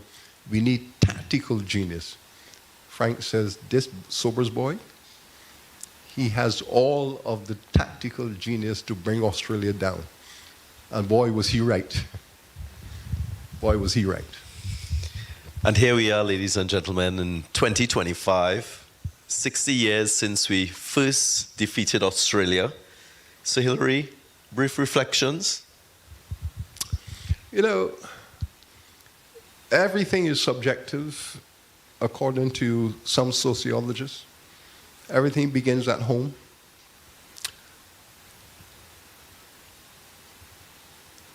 When Sir Frank died at the age of 42 at the University Hospital in Jamaica, when he died, I was 8 or 9 years old. And my grandmother, who was a Frank Worrell fan, my grandmother was in love with two sportsmen, Muhammad Ali, then Cassius Clay, and Frank Worrell. And I think she loved them both for the same reason. They were handsome, they were good looking, they were smooth talking, they were elegant, and she liked those kind of men. So she liked Cassius Clay, and she liked Frank Worrell. When Cassius Clay went into that ring to fight Sonny Liston in 1964, some of you remember that? Everyone thought that Sonny Liston would kill Cassius Clay. Well, it wasn't to be. All of the elegance of Cassius Clay and Muhammad Ali. But when Frank died, that was it. Now, my grandmother who raised me was the Pentecost preacher in Redmond Village. And that Sunday, she gave her tribute in the church in memory of Frank Worrell. And then she decided that she is going to the funeral. Now, it was an official funeral. Here at Cavefield campus, just across here, it was an official funeral. All the international heads of states and delegates, Caribbean prime ministers, it was a massive. But she said, I am going down to Cavefield to see this thing, and you coming with me. So I attended. I was an illegal attendee at Frank Worrell's funeral. Okay? I saw all the stuff that was going on, and we were behind the barricade, peeping through the bushes, barefooted children, barefooted but intellectually engaged in what was going on. Okay? Because according to her, he was one of us, and he stood up for us. She knew that. So I attended that funeral. Then, circumstances being what they are, I was a child. Then, 40 years later, I returned to this place as principal to take responsibility for his burial site, that place there. So I did my duties as a child, and I'm still doing them now. Because that Frank Worrell man, I came to realize over the years I became an academic, what a phenomenal citizen of this region and the world that man really was. And I believe, and I argue in the book, and the world has come to realize this, that we have done Frank Worrell a great injustice by confining him to the arena of cricket. Cricket was our culture. Yes, he used cricket as a tool to fight a bigger struggle and a bigger war. Now, let me end by saying this. In '63, after he retired, he is lying on the floor of the visitors' pavilion room. And there are 10,000 people there at the Oval shouting, Frank, Frank, Frank. Because he did say, this is the end of my journey. 10,000 people wanted to see him. The media wanted to see him. But Frank is lying down on the floor. And one of those journalists, Ian Wooldridge, prominent British journalist, was able to wind his way up the stairs into the players' changing room. And there's Frank on the floor, lying down. And he asks Frank, why don't you come out and speak to the people who want to say goodbye to you? And Frank said, well, I have fought for 10 years. I have made many enemies in those 10 years. I have lost friends in those 10 years. And let me add, Mr. Ganga, that if you examine the photograph of his funeral, there's an obvious face that is missing. The casket has been led. Sir Everton, Rohan Kanai, Gary Sobers, they're all there. All his boys are there. And who is missing? Clyde Walcott. Now, I've lost many friends along the way. As an analyst, I had to get to the bottom of that. One of my colleagues was interviewing Clyde Walcott on his becoming president of the ICC. And I asked my colleague to please put the question to Sir Clyde. Why was he not there leading Frank's casket out of that church? The 3 W's. One is in the casket, the other is leading. Where's the other? We have Clyde Walcott's response. I was not invited. We have it in writing. I was not invited. Now,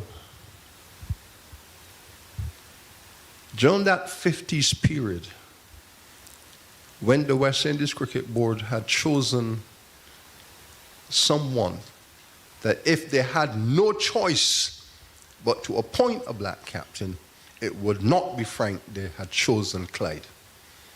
Clyde was their choice. That in the event that the white supremacy model had crashed, Clyde would be the choice. And that was known right through the cricket circle. It was known on the West Indies Cricket Board. They had made him vice captain once or twice, and he was the obvious choice. Now, why was he not invited? This is not our conclusion. This is Sir Clyde's own words. Frank had lost friends. He had lost the support of a section of Caribbean society that did not believe in black empowerment, that did not believe in democracy, that did not believe in equality and justice, but were hoping that Frank's revolution would be reversed. And Ian Wooldridge put the question to Frank as he's lying there on the floor, exhausted, and he said, listen, Frank said, what I need right now is solace, not salute. I just want peace now. He said, they will try to reverse what I have done, but they will not succeed. And the reason they not succeed is because these young boys in my team are well tutored. I have tutored them. They cannot reverse what we have done. And that is why Ian Wooldridge wrote an assessment of that interview, and he called it Frank Worrell, the quiet revolutionary. That was Wooldridge. And what is a revolution, he says? A revolution is an irreversible break with history. You rupture the past, the present, you shake up the old, you put a new path, and the new path has its own legitimacy, and it cannot be reversed.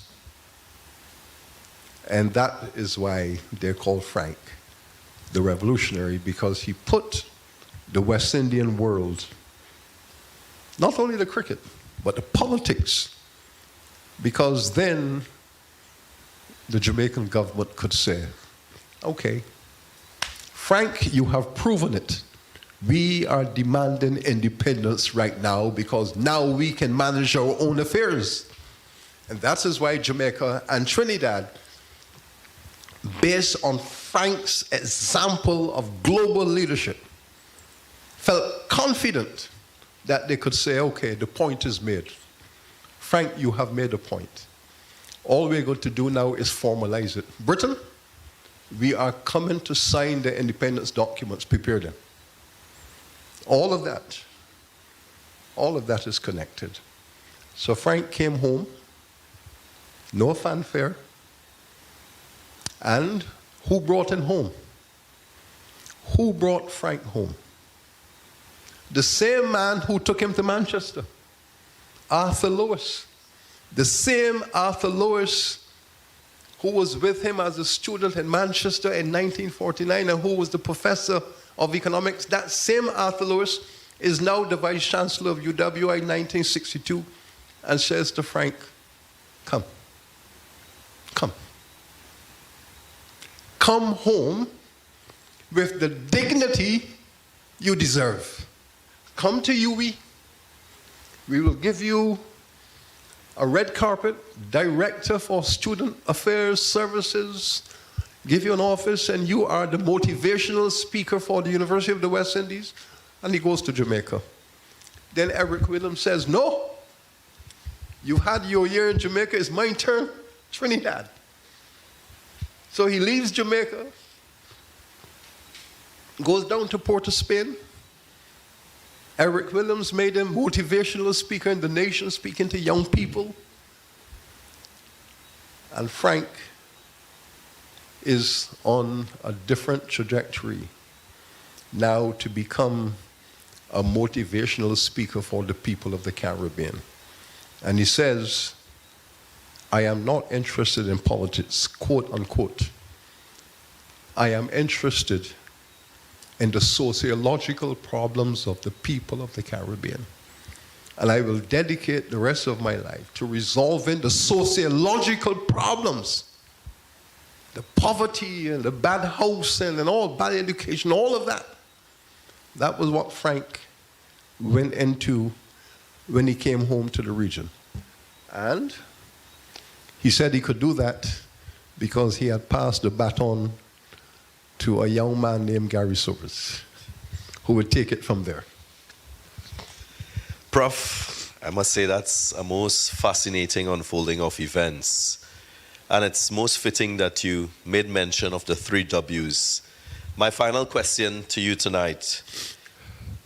We've watched the 3 W's be a major part of your journey. On Sir Everton's life, you wrote a book and read his eulogy. You spoke at Sir Clyde Walcott's funeral. And now your book on Sir Frank Worrell. I want to ask you, what does it mean to you to be able to be a part of all those significant unfolding of events? There are lessons in that historical moment. The loss of confidence, the creation of doubt. The Caribbean people in the 50s were having doubt as to whether they could turn these colonies into viable nations, nations that are sustainable. Could we do it? There was doubt. Frank Worrell was the one who said, let there be no doubt. It can be done, and I will show you it can be done. I will use the cricket as an example, but it can be done. Give me some young people, guide them, train them, prepare them, and the world is ours. I think that lesson is back before us again, and this is why. We're all now celebrating 60 or so years of independence, okay? Independence is never a straight line, year 1, year 2, year 3. You, like any good cricketer, you're batting. You might get to 50 or 60, as you know, when you get up there, you take a new guard, right? You don't score 100 by just racing down like that. This is Test cricket. This is Test cricket. you'll take a new guard and look around the place and settle yourself for the second part. We have done the first half of nation building. We've done 50 to 60 years, and it's time for all of us in the Caribbean right now to realize that we've done well. We've done well so far. But now we have to take a new guard for the big one. For the big one. We got the big one is up there, you know. People like 3 numbers, right? So we have to settle down now for the big one, new guard. So I think when you read the papers and you move around the communities and you can feel that all the young people, many of them are disillusioned, don't know where to go, turn into violence and crime and not understanding because they cannot see a path of enlightenment. So we need to stop and take a new guard. And Frank Worrell was right there at the beginning. So what we need now is that kind of thinking right now again. Take a fresh guard and focus on the young people. Focus on the young people, a fresh guard. Now, the reason why this is important is because we ask ourselves, who are the primary beneficiaries of independence? There's no doubt that the people with property, the people with significant education, a block of people have been the primary beneficiaries of phase 1 of our independence. There is no doubt that there's a lot of young people, especially working class children, who have been left behind. Frank went to Jamaica and went into the ghetto to uplift those young boys. Brought them up, they became great people. We need to get back into these communities that have been left unchanged. You know, one of my main critiques of what needs to be done is that we are beginning to take for granted these things called ghettos. These communities that lack proper housing, water supply, facilities, and people are trapped in these places, and we're getting hardened to accepting these kind of realities as normal. They are not normal. They are the slums of empire. They are the slums of colonization. They are not normal. So don't adjust to them. Problematize them. So I think we need a second phase where we say, okay, these are the beneficiaries of the first phase of independence. Now, let's take a new guard for phase 2. And in phase 2, we're going to focus on the poor, on the people who are marginalized, on the young people especially who are losing confidence and faith, and we're going to build with that foundation in phase 2. And what we need now is the leadership to do that. You cannot throw army and police at it. You couldn't throw army and police at it, then you can't throw it now. They're part of it, yes, for sure. But there has to be an enlightened vision. Frank Worrell showed us how to do it in phase 1. Frank Worrell is even more valuable and vital now to have confidence in young people, young boys especially, young people, to show them if they could be rallied around a philosophy and a value system, we can do many things. So that's the lesson that I have brought away from this research, that Frank Worrell lives on because he was the source of a first enlightenment, and now we need a second enlightenment. Thank you very much, Professor.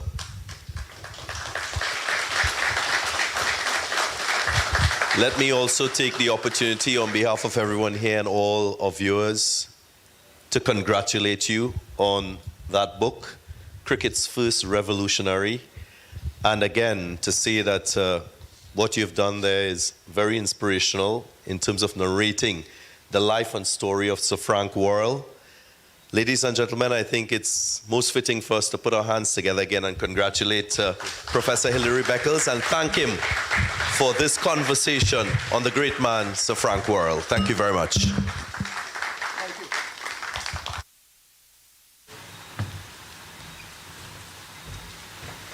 I want to thank Mr. Darren Ganga for doing an excellent job as moderator. More importantly, I want to say thank you, Sir Hilary Beckles, for providing those real-life stories and explanations of the life of Sir Frank. I'm sure all of us are leaving here tonight much more knowledgeable about Sir Frank than we came tonight. So thank you again, Sir Hilary. Thank you, Mr. Darren Ganga. I'm going to invite Mr. Chris Darren, CEO of Cricket West Indies, to bring us some remarks on behalf of CWI.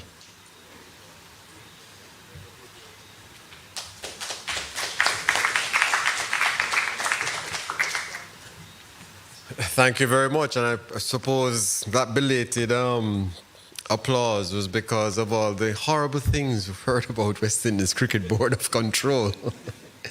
So, first of all, let me apologize for being late. It seems that our girls decided to win a little cricket match today, which also allowed us to win a series. And so there was a bit of a delay leaving the Sir Frank Worrell Oval, which of course was the brainchild really of Professor Beckles. I want to congratulate Professor Beckles. It's almost, I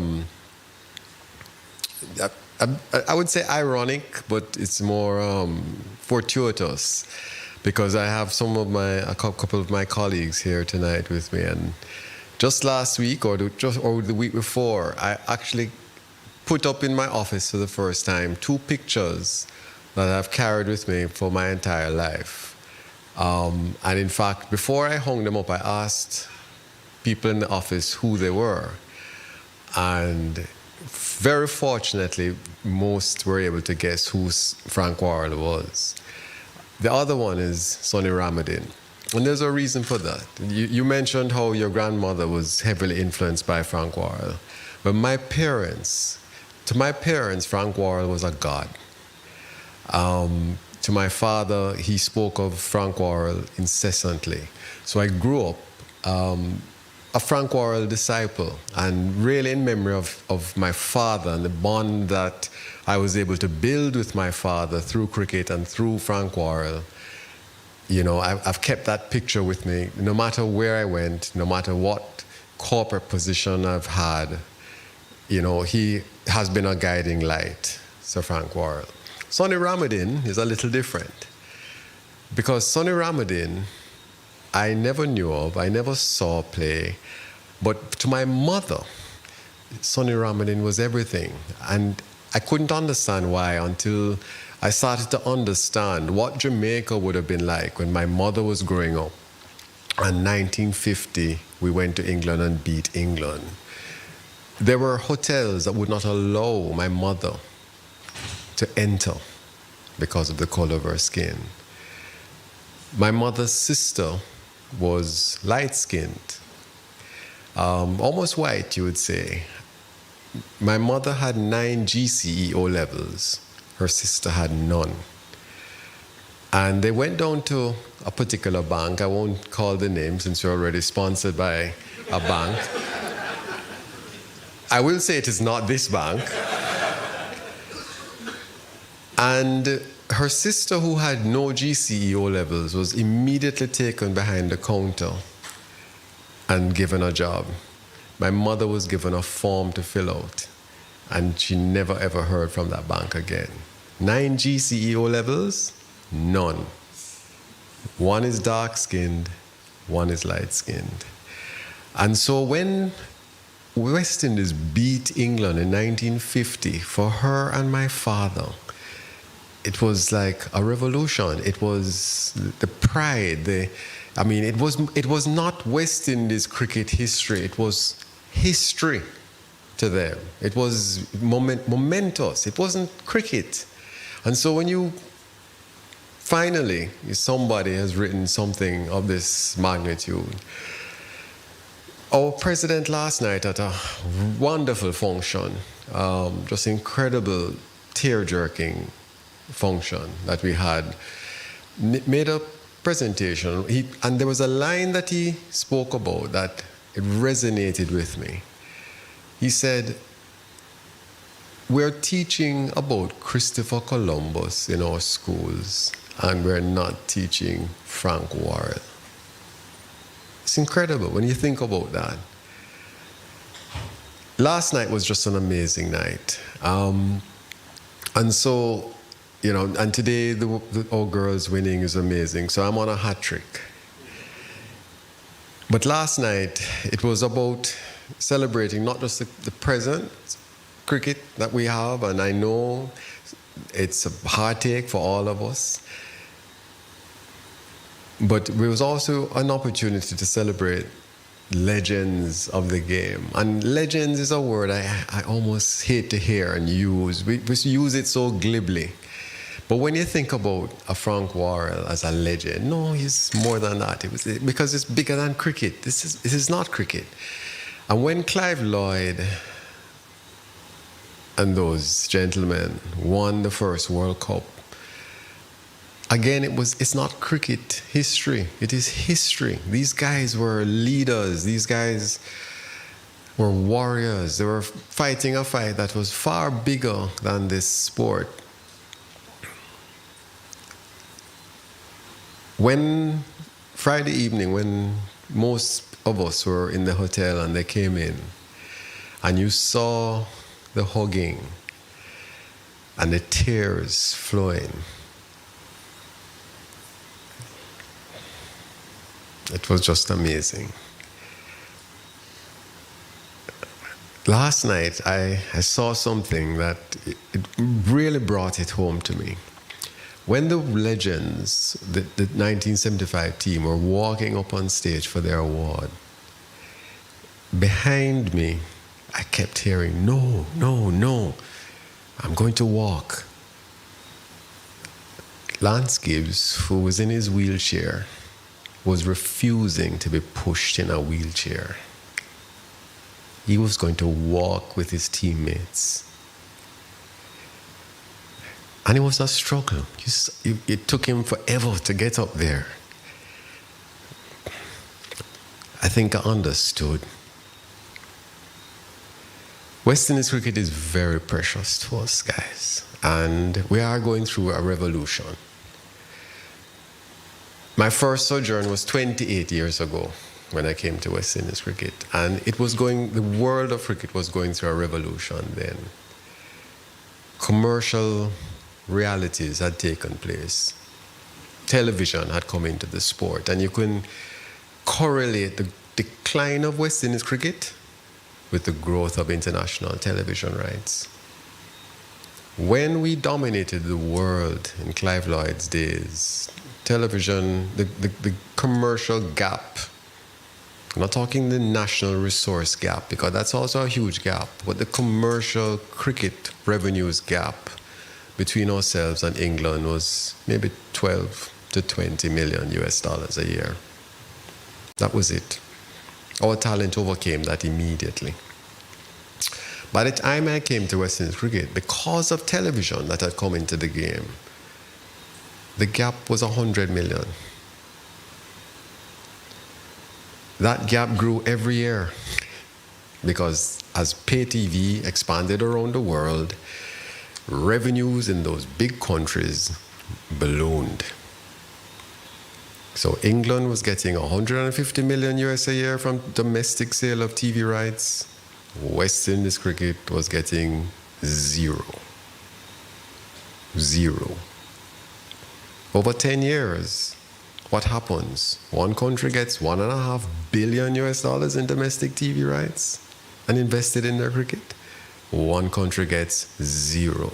And that's not an approximation, that's an actual figure in that line item. Well, the gap today is not 150 million US a year. With England, it's 300 million US a year. With India, it's 3 billion US dollars a year. That is the revolution that took place. And we're about to go through, and we're in the middle of, actually, another revolution. Because the franchises have now come into play. Because that was the board-to-board gap. We're now in the middle of a huge revolution of franchise cricket, which has a massive threat. And the billions that we're talking about have just become multiplied. But we have a plan. So have hope. Because we're still the only full member country in this hemisphere. And cricket is growing at an incredible rate in this hemisphere. You will think I was very astute 14 years ago when I married a Brazilian. And I was thinking ahead. Because I found out the other day that Brazil has 72,000 registered cricketers, most of whom are women, and they're professional. And we're starting to see the growth of cricket across North, Central, and South America at an unbelievable rate. Because you don't need a large percentage of those populations to make a viable sport. Look at what I just said. Brazil already has 72,000 registered cricketers. That's more than the Caribbean already. They haven't started. And it's a small percentage of their population. So we are going to take a lead in all of this and establish the Federación de Cricket de las Americas. And part of that, and you see it unfolding over the next few years, where we're participating in the Bolivarian Games this November.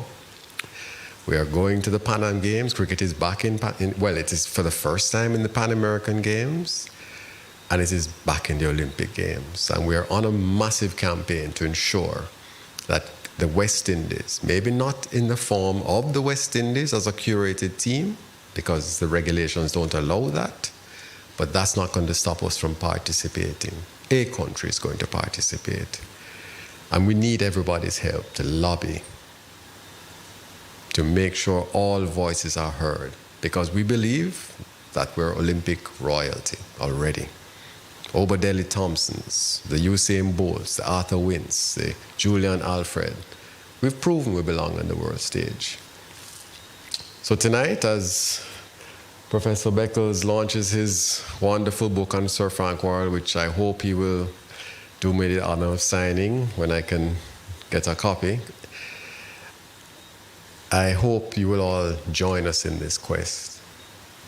It is a small piece of a major plan that we have to embark on. We have to embrace our past, make sure these legends don't die, make sure the knowledge of what took place then in 1950, just as my parents made sure that I know what it meant. Make sure that the next generation understand what Clive Lloyd and his men meant. I hope you will all join me on that quest, and thank you so much for having me.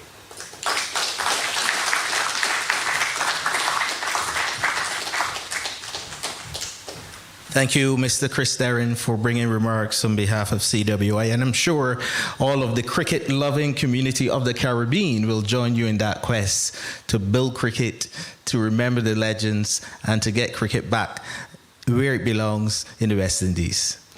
Before I call on Mr. Javier Reid to give us a vote of thanks, I want to let you know that we have representatives from the University Bookstore in the back, and they have some books authored by Sir Hilary and some other books on Frank Worrell. And if you want to get this copy of this book, Sir Hilary, I'm told it is being printed today.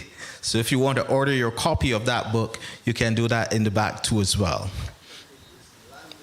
Landing today. Okay, good. So you can get your order in for that book, so you can get it before the end of the week. I now invite Mr. Javier Reid, lecturer in the Academy of Sport at Cave Hill campus, to deliver the vote of thanks.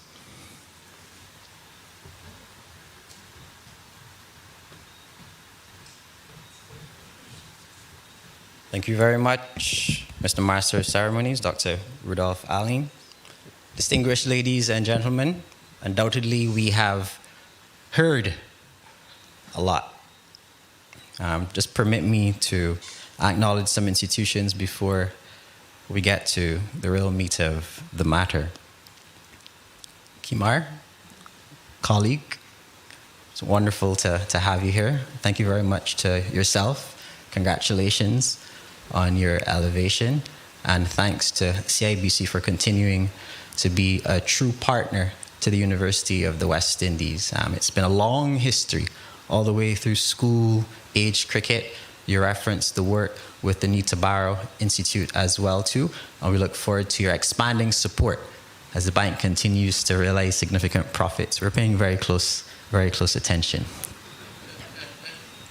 Professor Landis, your remarks thanking Sir Hilary are extremely significant, timely. Not just the series West Indies women and South Africa women, those 3 ODIs and 3 T20s, but Sir Hilary's work in transforming the University of the West Indies, particularly the Cave Hill campus, into what it is today.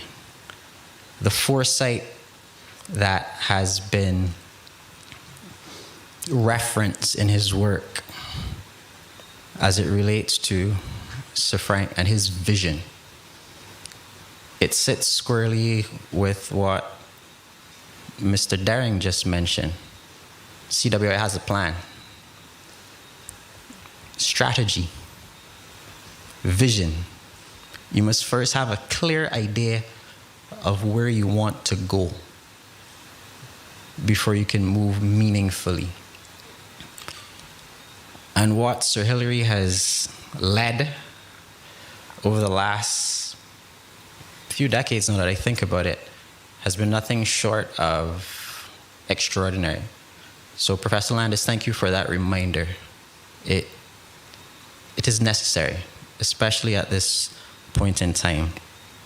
Dean Mansing, to you and your staff, having led the effort to continue the Frank Worrell Memorial Lecture, thank you for understanding and embracing what many of us may see as something that is seasonal, but in truth and in fact, it really goes beyond our imagination.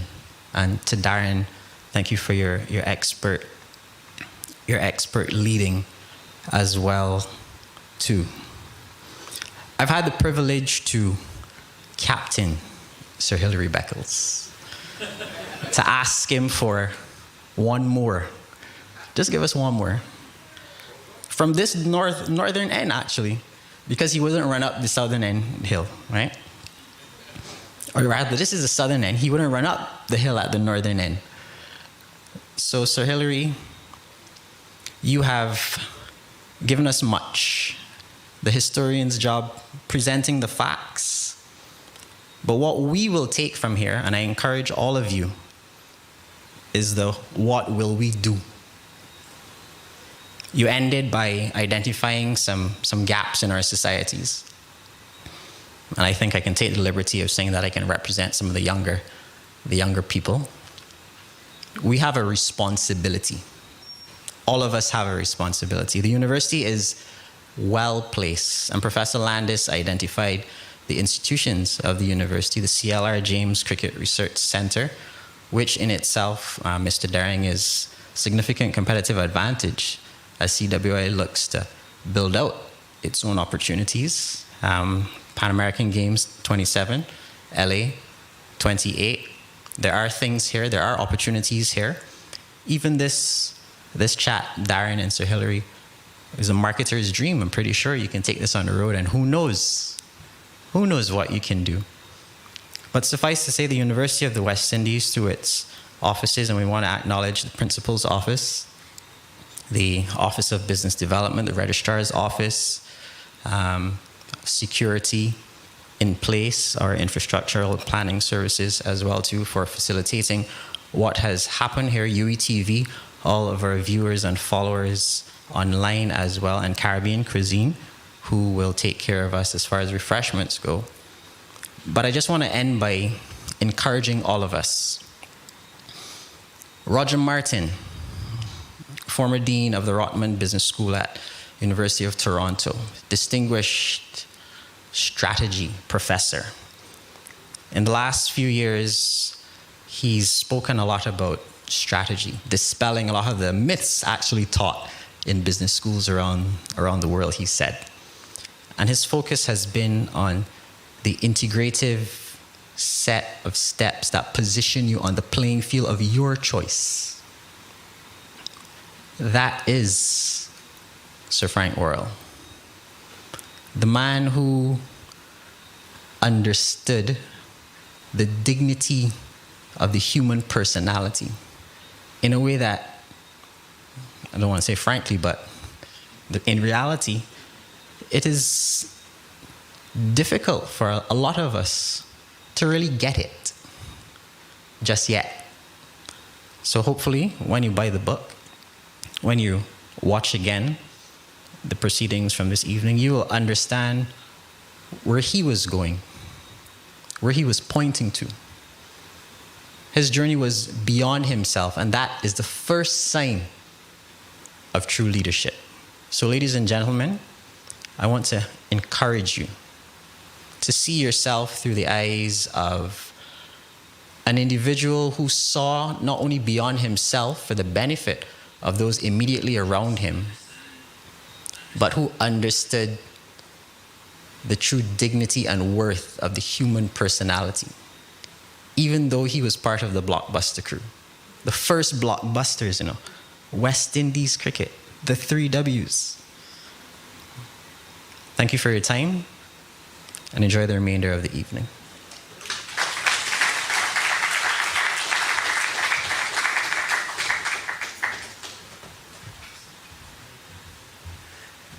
Last words, ladies and gentlemen. Thank you very much for attending the 23rd Frank Worrell Memorial Lecture delivered by Vice Chancellor Sir Hilary Beckles.